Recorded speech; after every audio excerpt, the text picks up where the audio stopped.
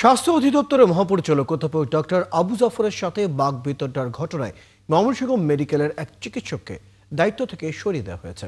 পাশাপাশি 24 ঘন্টার মধ্যে তাকে কারণ দর্শাতে বলেছে হাসপাতাল কর্তৃপক্ষ।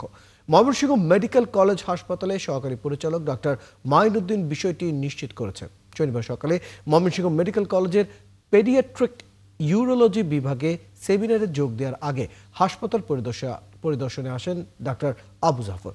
এ সময় হাসপাতালের জরুরি বিভাগের ক্যাজুয়ালিটি অপারেশন থিয়েটারে ইনচার্জ ডাক্তার ডিসি বর্মনের গায়ে অ্যাপ্রন না থাকা ও অপারেশন থিয়েটারে অতিরিক্ত টেবিল থাকার কারণ জানতে চাইলে কথা কাটাকাটি হয়।